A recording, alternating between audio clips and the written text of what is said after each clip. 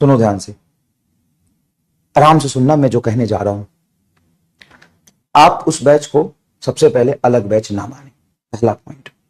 आप ये मत सोचे यकीन प्लस हमसे अलग है, हमसे अलग है। यकीन प्लस इज एक्चुअल में यकीन 2.0 का पार्ट है, क्योंकि वो बैच ही बनाया का थॉट ही मेरा था पूरा का पूरा। तो आप समझिए कि this is not a separate batch, this is not a separate batch. आप बोलेंगे कि आपने तो बोला था कि जिससे नंबर नहीं आ रहा उसको देखना ही नहीं है, ये नहीं करना है। तो क्या तू लूजर बना रहना चाहता है? तू सपना नहीं देख सकता कि मैं भी टॉप करूं? क्या तू अपने कंफर्ट जोन से बाहर नहीं निकलना चाहता है? कोशिश कर।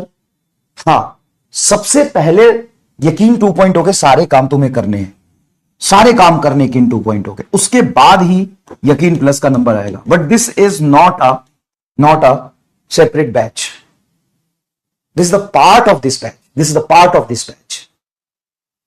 मैं आपको असाइनमेंट देता था, 2 चैप्टर 3 चैप्टर के दिए थे, फिर उसका मैं सॉल्यूशन कराता था।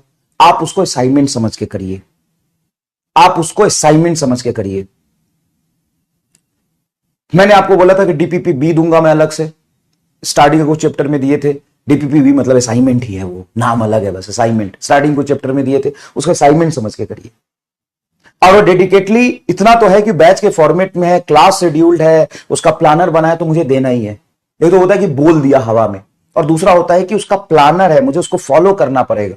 आप टेस्ट दे दो ना दो, अगर मैनेज नहीं हो रहा, लेकिन इस बैच के लेक्चर जरूर देखना, ठीक है? मैं बता दूं कि मैं यूनिट एंड डायमेंशन में जेईई एडवांस के सवाल बनते हैं ऐसे कि वो मैं एक ही लाइन में कर सकता हूं, 2 ही लाइन में कर सकता हूं। तो जेईई एडवांस के 12 साल के सवाल मैंने 1-1, 2-2, 3-3 लाइन में कर दिए, लेकिन मैं काइनेमेटिक्स का नहीं कर पाऊंगा सारे जेईई एडवांस के सवाल 2-2, 4-4 लाइन में। मैं लॉस ऑफ मोशन के नहीं कर पाऊंगा, मैं रोटेशन के सवाल तो जेईई एडवांस के एक भी नहीं छोड़ूंगा, क्योंकि काम का नहीं है। मैं बहुत रिलेवेंट, बहुत कंसेप्चुअल, बहुत थ्योरेटिकल और एकदम ही बेटा वही चीज पढ़ाऊंगा जो नीट में आने वाला है, ठीक है? लेकिन हां, बैच में फर्स्ट टाइम जो बच्चे पढ़ रहे होते उससे थोड़ा सा अलग लेवल का कंटेंट होगा, ज्यादा डीप में होगा, लेकिन होगा एकदम रिलेवेंट।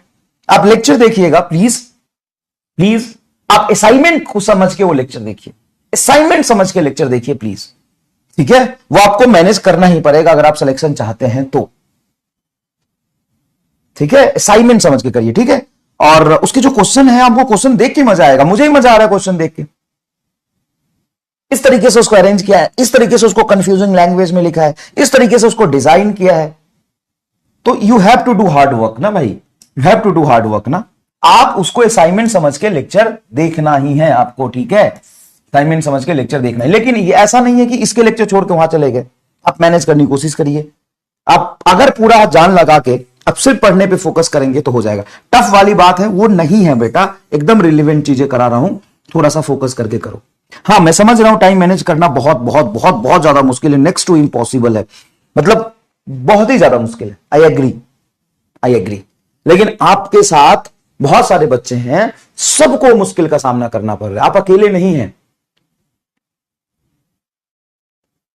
आप अकेले नहीं हैं, सबको ये मुश्किल का सामना कर रहा है। और बार बार जो आप कह रहे हो बैकलॉग है 3 चैप्टर का, 4 चैप्टर का, मैं तो बोल दिया ना क्रैश कोर्स के लेक्चर देखो। और भाई उसमें 100% PYQ है, सारा कंसेप्ट है, सब कुछ है उसमें। सिलेक्शन इतना ही बड़ी मुश्किल से होता है, सिलेक्शन तो इतना ही बड़ी मुश्किल से होता है।